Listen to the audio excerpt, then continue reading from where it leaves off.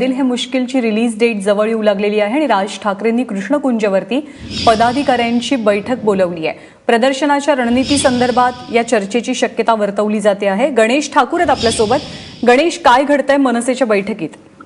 या बैठकीमध्ये राज ठाकरे यांनी जे पक्षाचे सरचिटणीस आणि काही उपाध्यक्षांनाही बोलवलं। त्याचबरोबर महाराष्ट्र नवनिर्माण चित्रपट सेनेचे जे अध्यक्ष आहेत अमेय खोपकर आणि शालिनी ठाकरे जे आहेत त्यांना दोघांनाही या बैठकीत बोलवलं। याचा अर्थ असा की फिल्म ए दिल है मुश्किलच्या प्रदर्शना किंवा ती फिल्म रिलीज जी होते त्यामध्ये ज्या प्रकारे महाराष्ट्र नवनिर्माण सेनेच्या 12 पदाधिकाऱ्यांना आझाद मैदान पोलिसांनी अटक करून प्रिव्हेंटिव्ह कस्टडीमध्ये पाठवलं।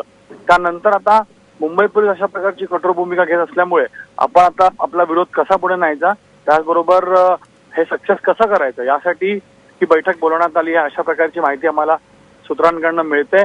थोड्याच वेळात ही बैठक संपेल, त्यामध्ये काय निर्णय होतो हे पाहावं लागेल।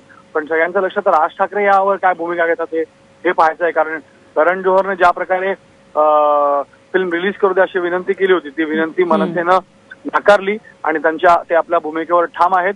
पण आता ज्या प्रकारे पोलिसांनी आश्वासन दिलं आहे, त्याचबरोबर प्रोड्युसर्स गिल्ड राजनाथ सिंग जे केंद्रीय गृहमंत्री आहेत त्यांना भेटलेत, त्यांनी आश्वासन दिले की आम्ही सगळ्या थिएटर्सला प्रॉपर सुरक्षा देऊ।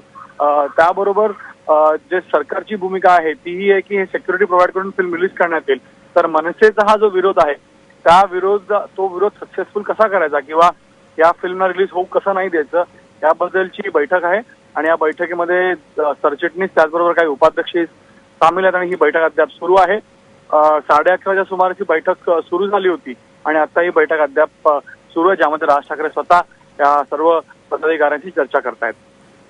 गणेश, ताजे अपडेट जाणून घेत राहू। तुर्तास धन्यवाद या माहितीबद्दल।